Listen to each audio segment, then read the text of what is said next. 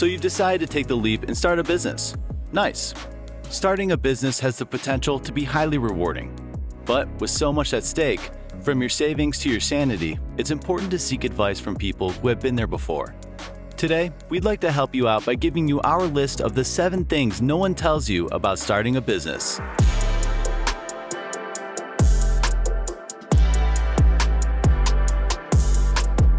Number 1. It'll be more work than your 9-to-5 job, at least at first. There's a cliche that gets tossed around by entrepreneurial gurus and online experts that starting a business means that you'll finally be free from long hours spent tied to a desk.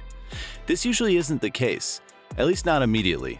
Most of the time, people in the process of starting a business will be working much longer hours than people who work as employees. In a recent survey on the work habits of startup founders, about 1/4 reported regularly working 60-hour weeks while trying to get their businesses off the ground. Many even reported occasional 80-hour work weeks. American angel investor David Rose goes so far as to call the process of starting a business as an all-in sport. What he means by this is that it's often impossible to calculate the effort of business founders in terms of hours because even their free time is often spent thinking about improving their businesses. It's this initial effort that allows them to step away once the business is up and running. To summarize, starting a business is definitely not easy. It can certainly be worth the effort though. Number 2. You should love all of what you do, not just the fun stuff. A lot of times when people are offering advice to new entrepreneurs, they highlight the importance of passion. Usually, they're talking about passion for the idea or mission at the center of a business. They're right. Believing in your idea or mission is a huge factor in the success of a new business venture. If you don't believe in what you're doing, there's no way you'll be able to convince your body to commit to working long or on weekends. Passion for the idea is only half the story though. You need to be passionate about the process too. Think about it. A chef might be passionate about cooking and decide it's time to take the leap and open a restaurant. If this passion dries up when there's a long night of filing taxes, ordering ingredients, or scheduling on the horizon, the restaurant might be in serious trouble. The day-to-day running of a business involves so much more than the idea the business is based around. And unfortunately, much of the work can be pretty uninspiring. You need to find a way to appreciate the grind. Okay, maybe you'll never love filing and paperwork, but you should at least find the day-to-day operation of your business rewarding. Unless you're starting with the hefty investment, there's a good chance that you'll be stuck with some annoying tasks until your business grows. Number 3. Having a big idea isn't important. It's easy to look at industry giants and see their success as the result of innovation or a big revolutionary idea. But this is rarely the case. Uber didn't come up with the idea of ride-sharing, just like Facebook didn't create the concept of a social media network. The success of these companies has come through executing their respective ideas better than their competitors. Your big idea, the one that you believe is potentially world-changing, means nothing. Well, maybe not nothing, but not as much as people claim.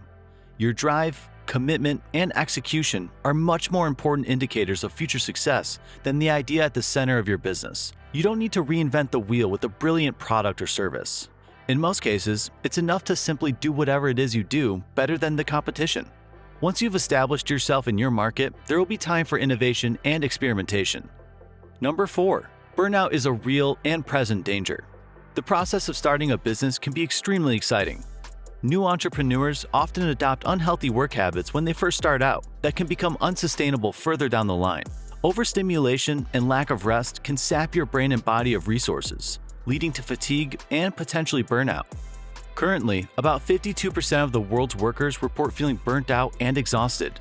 Burnout is bad enough for your average employee. However, employees don't usually have the fate of the business resting on their shoulders. If you're in the startup phase, you probably don't have a deep bench of teammates or partners to pass the torch to if you begin to feel burnt out. This only adds to the pressure that burnout can put on entrepreneurs, leading to a cycle of exhaustion and stress that can be harmful to your business. If the success of your business rests on your shoulders, it's worth investing some time and energy into optimizing the way you spend your time and energy, so that you can keep putting in time and energy. The point is, time spent working below your exhaustion threshold will be your most productive. If you're the kind of person who can work 12-hour days without breaking a sweat, go for it. If you're exhausted after 6 hours of work, stop at 5. If you don't, the best case scenario is inefficient and sloppy work. The worst case, on the other hand, is burnout that could cost you your business. Number 5. Your experience will not resemble your business plan. If you're the kind of person who likes to be in full control of every aspect of your life, the realization that it's impossible to plan for every eventuality when starting your business is probably scary. That's okay. Learning to live with and even embrace this uncertainty can be one of the greatest benefits of starting a business. The fact is, there will always be costs, obstacles, and opportunities that you never would have predicted in the planning stage. Being flexible will allow you to adjust the course of your business in response to unexpected circumstances, and will give your business the best possible chance of success. This brings us to number 6. It will probably take longer than expected to turn a profit. The amount of time before your business becomes profitable will depend on a ton of factors. For some businesses, it could be weeks, months, or even years. For others, they can turn a profit from day one. One thing is for sure though, it'll probably take longer than you expect to reach the level of profitability you've been dreaming about. This is yet another area where your best laid plans can fly out the window. The sooner you come to terms with this fact, the sooner you'll be able to start preparing. Number 7. You need to understand that failure is common. Usually, people who start businesses are confident that their business ventures will succeed. They need to be. They're often putting their savings, free time, and careers on the line, and that takes guts. This confidence is usually a good thing. Without it, founders and entrepreneurs would be tempted to quit at the first hurdle. However, it's equally important to stay grounded to reality when setting goals and making plans. The unfortunate reality is that failure is common at every stage of business, whether you're just starting up or are well established. It's estimated that globally, 20% of businesses around the world fail within their first year of operation. By the 10th year, this failure rate reaches 70%. Many of these failures stem from errors in two main areas. The first is a lack of demand. Real-world testing is the way around this. If you don't know what your market wants or needs, you're far more likely to put out an underperforming product or service. The second is asset management, or to put it simply, running out of cash. Starting and running a business certainly isn't usually free, and many new business owners struggle to manage their finances in a way that guarantees longevity. Luckily for you, these errors are avoidable if you take precautions. Before going all in on a business, you need to prove the demand. There are many ways to do this. Asking your target market what they want, pre-sales, pop-up shops, dropshipping, and competitor analysis are all viable methods to understand what will work.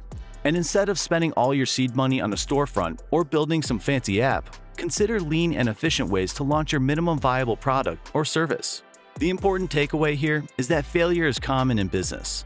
Most entrepreneurs have failed more times than they can count. If you can wrap your head around this fact, you'll be able to prepare for it.